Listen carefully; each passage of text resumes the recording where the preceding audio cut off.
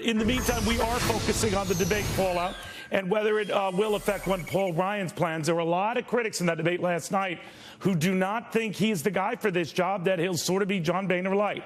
Way too early to tell whether that is the case. What we can tell you right now is the markets are kind of nonplussed. The stock market barely budging. It's down about 47 points.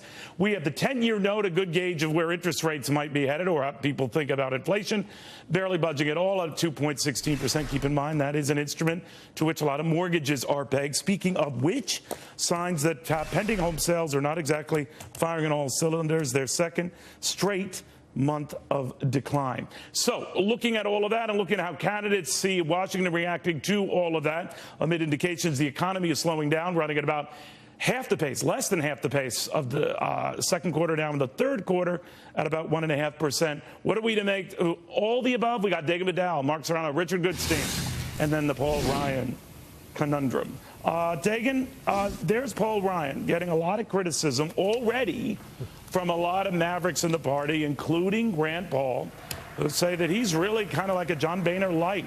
How does Ryan deal with that?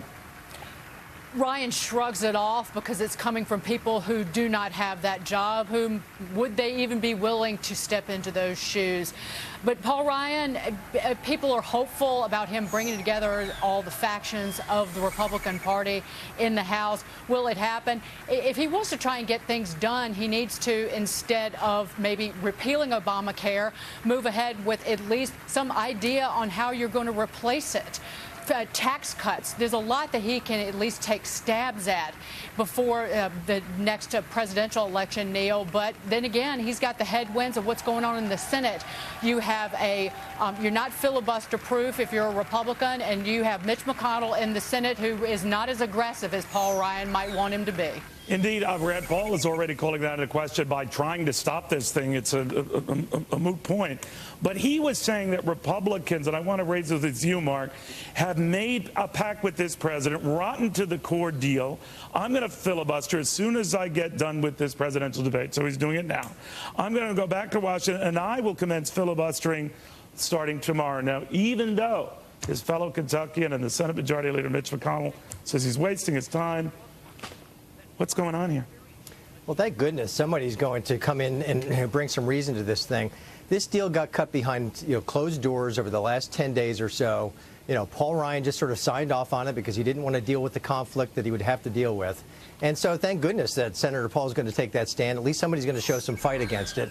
But really what's going to happen is Paul Ryan's going to have an opportunity to sort through all the major issues that are facing the party and facing the country. He's going to prioritize them. He's going to sit down with his caucus, and he's going to figure out an appropriate plan to move ahead from here. But keep in mind, he's dealing with a recalcitrant president who will not negotiate any deal with any Republican through the rest of his term, through the spring through the winter of 2017.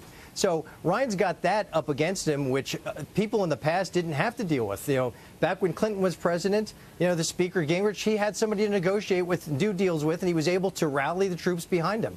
That is not going to happen here with this president. And so Paul Ryan, he's going to have time, though. He's going to have time to unify the party, and I think he'll get a fair chance to do that over the next several weeks. But I think for the next several months, all the way the next 14 or 15 months of this presidency, nothing's going to get done. Disavow me of that notion, Richard.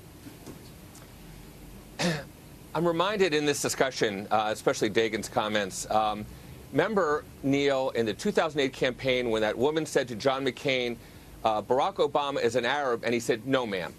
No, ma'am. Somebody needs to say to the Freedom Caucus, no, sir. Don't live in a dream world. Let's deal in reality. Your viewers, incidentally, Neil. The Freedom Caucus did. 22 of its members voted for Paul Ryan. 32 of its members voted. So the caucus isn't what you just said it is. Well, no, I'm talking about the issue reality. Oh, great. I give them credit, tipping my hat to them voting for Paul Ryan. I'm sure that wasn't easy for some of them. But when it comes to the issues, whether it's repealing Obamacare, incidentally, it passed March 2010, and we're still waiting for this replace and repeal notion. I mean, come on, if it was serious about it, we would have seen something by now.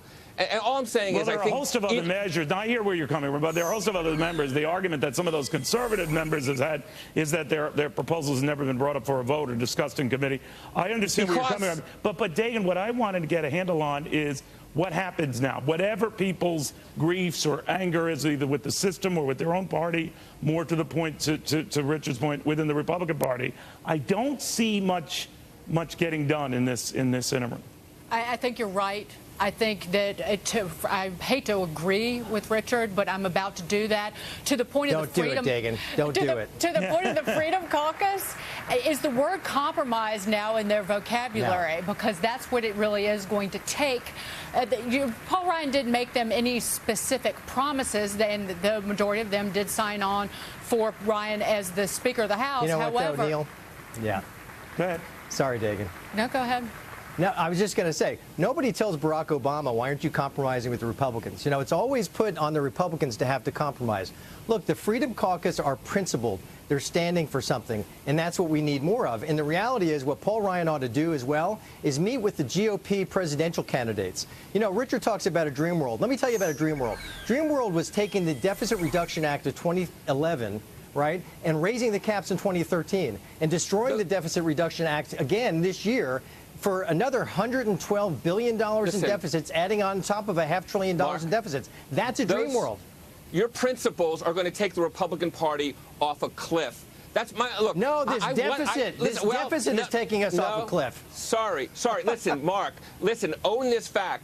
The U.S. economy is the envy of every economy in the industrialized world. Tell that to the people who can't make enough money to pay their mortgage. Listen, I don't deny that. There are people hurting, but don't deny the obvious, which is Obama inherited a mess, and we are now the envy of every country. Richard, are you afraid it's getting to be a mess again, though? We slid dramatically in the latest quarter to 1.5% growth. That is not all that far from no growth. And a lot of people say the quarter we're in is going to be the no growth quarter. Yeah, I know that bragging about the economy right now, frankly, is saying, hey, our body odor isn't as bad as the body odor in Europe. It's just this. Well, I think that people live in a dream world. Indeed. I think people live in a dream world when they talk it down because they don't actually accept reality. Because guess what? It says good things about Barack Obama and the Democrats when you acknowledge where we came. But talking up a lousy economy when the median household income adjusting for inflation is worse than it was at the financial crisis. Budget negotiations are now out for the next year and a half. So the reality is that is the way it is. That is the way, guys. It is. That's my view. Of anyone, I think they echo it, regardless of your passionate views. That